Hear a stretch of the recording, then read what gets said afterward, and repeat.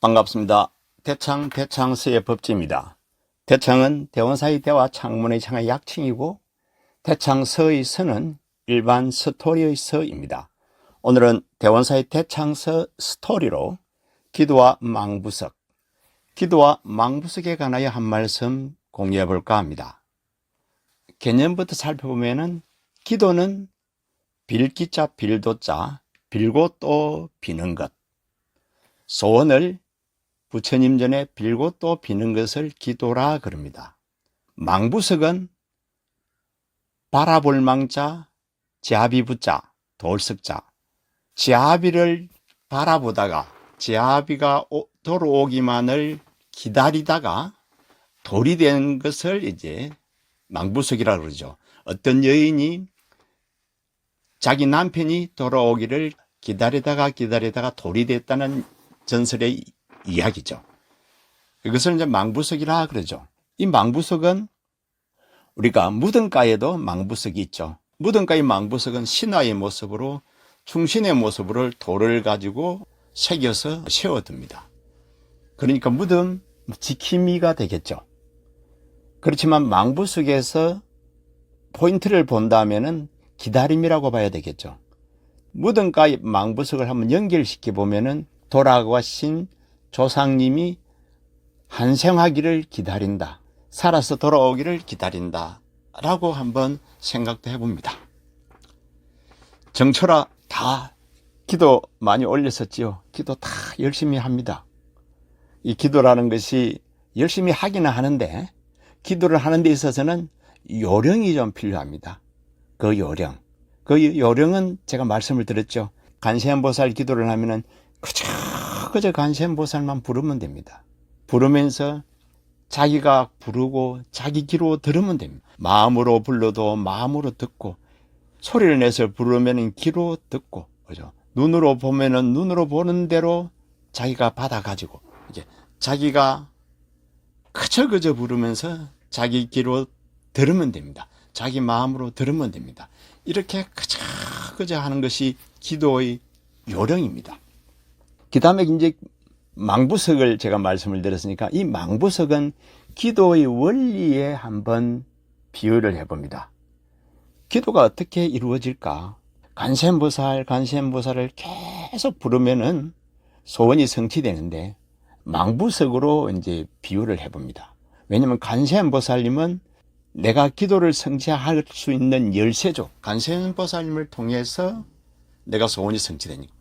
그럼 이 망부석 이야기는 망부석을 통해서 비단 장사가 잃어버렸던 자기 비단을 찾습니다. 망부석을 통해서. 망부석은 그냥 돌인데 말입니다. 설화를 한번 살펴보면 그렇습니다. 어느 날 비단 장사가 비단을 팔아가지고 이제 막 잘 살아보려고 비단을 팔려고 신다로 마을로 가다가 따뜻한 봄날이라서 그런지 졸음이 왔다는 겁니다. 그래서 비단을 풀어놓고 이제 무덤가에 비단을 딱 풀어놓고 한잠 잤다는 거죠. 한잠 자고 나니까 일어나니까 비단이 없어져 버린 겁니다. 어쩌면 좋습니까? 할 수 없죠. 강가로 찾아갔죠. 강가로 찾아갔으니까 사또님한테 말했겠죠. 사또님 이만큼 저만큼 해서 비단을 잃어버렸습니다. 사또님이 묻죠. 옆에 본 사람이 누가 있느냐 하니까 아닙니다. 아무도 없었습니다. 다만 무덤가에 망부석만 있었습니다. 이렇게 이야기를 한 겁니다.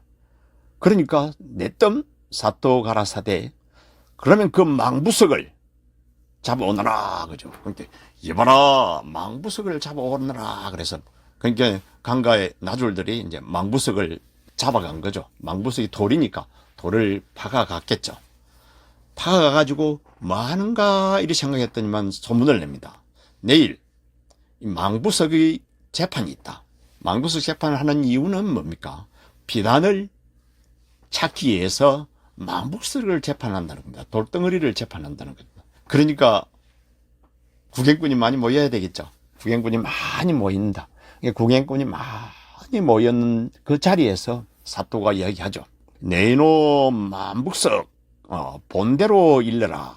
저 비단 장수의 비단을 어느 누가 가져가더냐 하니까 망부석이 말을 합니까?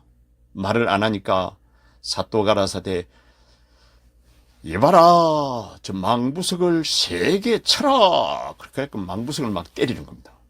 매우 쳐라. 막 곤장을 때리니까 그때 사또가 또 한마디 합니다. 갑자기 망부석을 때리니까 주위에 모였던 사람들이 모두가 웃음이 터졌겠죠. 왜냐면 당연하게 망부석은 말을 할 수가 없잖아요. 그러니까 막 옆에 모였던 사람들은 막 웃습니다. 웃으니까 그때 지금 저 웃은 사람을 다 옥에 가두어라. 왜냐면 이렇게 준엄한 비단을 찾기 위해서 재판을 하고 있는데, 비단을 찾기 위해서 망부석 재판을 하고 있는데 너희들이 웃었으니까 다 옥에 가두어라 해서 가두어버리죠. 가두어버리고 나니까 참 낭패가 났죠. 비단 찾아주는 재판보도로 갔다가 그냥 옥에 갇혀버린 거죠. 그러고 나서 뒷말을 냅니다. 무슨 말을 냅니까? 누구든지 비단 한 편만 가져오면은 석방해 주는 겁니다. 그러다 보니까 하루 이틀 지나니까 비단이 막 쌓였던 겁니다. 딱 쌓였고는 쌓였으니까 그때 비단 장수한테 이야기합니다. 네 비단이 여기 있느냐 하니까 예 있습니다 사또님. 어떤 것이냐 하니까 저거 이거 이렇게 하겠죠. 그러다 보니까 비단 장수가 찾아낸 자기의 비단을 가지고 이 비단을 누가 가져왔느냐로 이제 찾아가는 거죠. 찾아가다 보니까 그 비단의 출처를 알게 됩니다. 그래가지고 결국에는 비단 도둑을 찾게 되는 거죠. 비단을 훔쳐간 도둑놈을 찾게 됩니다.